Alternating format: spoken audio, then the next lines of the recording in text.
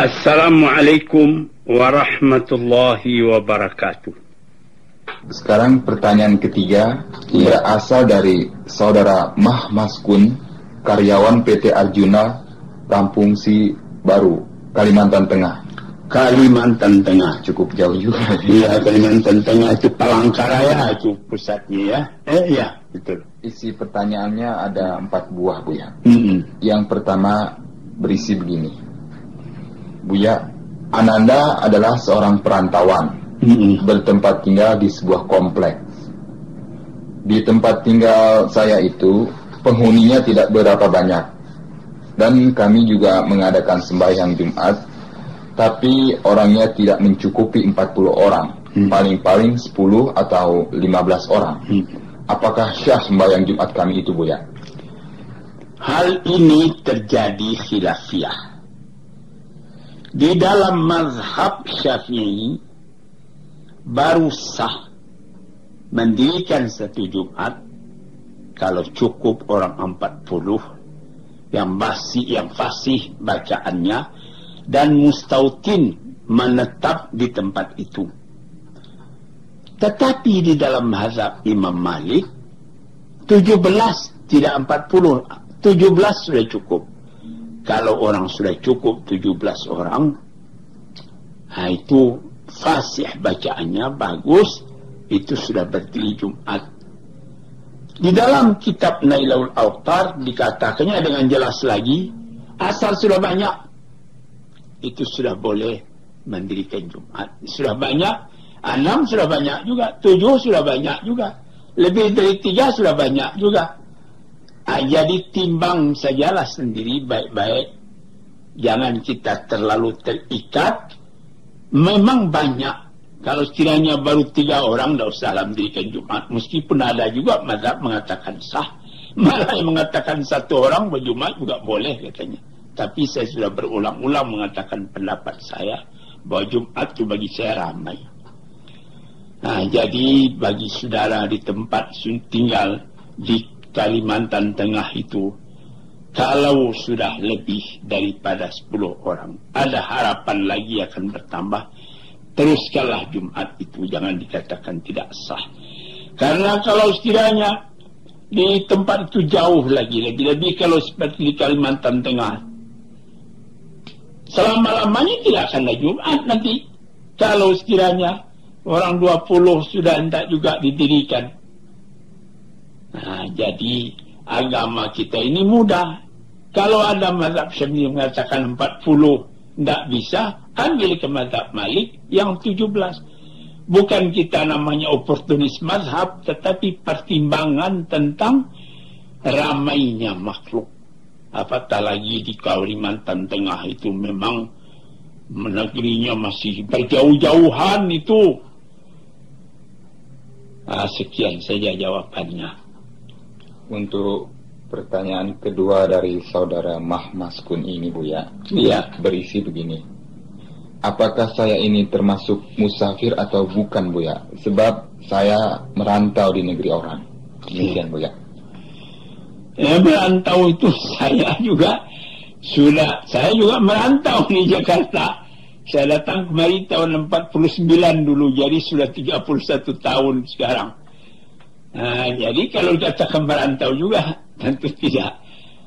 Biasanya yang dikatakan merantau itu dalam hadis-hadis sehingga 2 bulan. Kalau sudah agak lama tentu tidak merantau lagi namanya. Kadang-kadang orang merantau dari Sumatera datang ke Jawa, lebih banyak yang telah berkubur di Jawa, namanya merantau juga. Jadi tentu ada batasnya yang lebih baik. Ada seperti Abdullah bin Umar dalam perjalanan 2 bulan dia tetap saja melakukan qasar dalam sembahyangnya. Tapi yang lebih daripada 2 bulan tidak ada bertemu hadisnya yang kuat. Timbanglah oleh anak anda sendiri memakainya. Baik, Buya, untuk pertanyaan selanjutnya dari saudara Mahmaskun ini berisi begini. Kalau kita bangun kesiangan, bagaimana cara kita mengerjakan sholat subuh, Buya? Mohon jawaban, Buya. Nabi Muhammad pun pernah kesiangan. di dalam satu perjalanan bersama beberapa orang sahabatnya, atau patroli barangkali, tidur, pagi-pagi bangun matahari sudah tinggi, disuruhnya juga Bilal azan katanya. Nah, jadi sembahyang menjahar seperti biasa. Jadi kalau sekiranya sudah kesiangan, lebih baik menurut Nabi itu saja, terus sembahyang, terus jahar, pakai azan dan segala. Cuma jangan sampai 2-3 kali, karena dalam sejarah Nabi cuma 1 kali itu pula kejadian.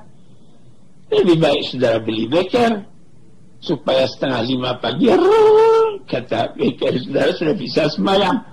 Yang sekali tidak apa. Tapi nanti kalau kita sengaja biar sesat diri itu sudah salah kita.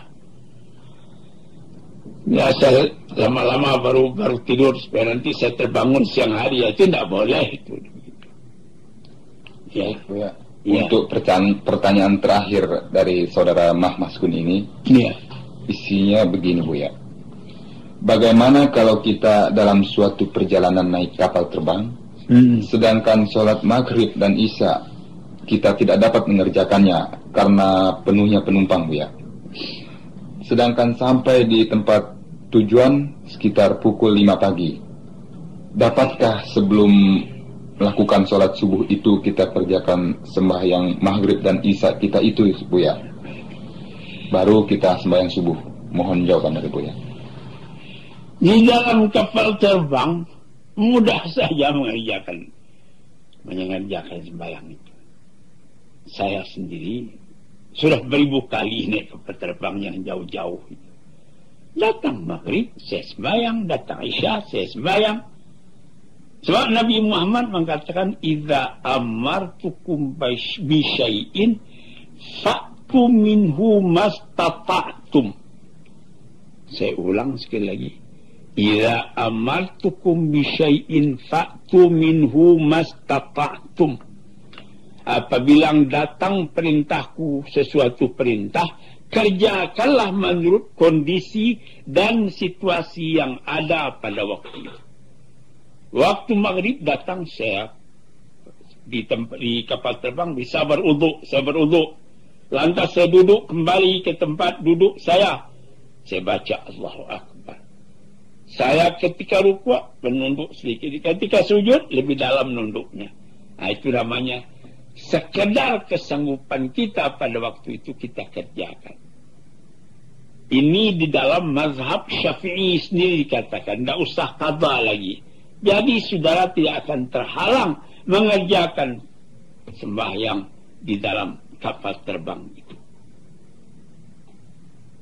Jadi demikian Bu ya. Iya. Assalamualaikum warahmatullahi wabarakatuh.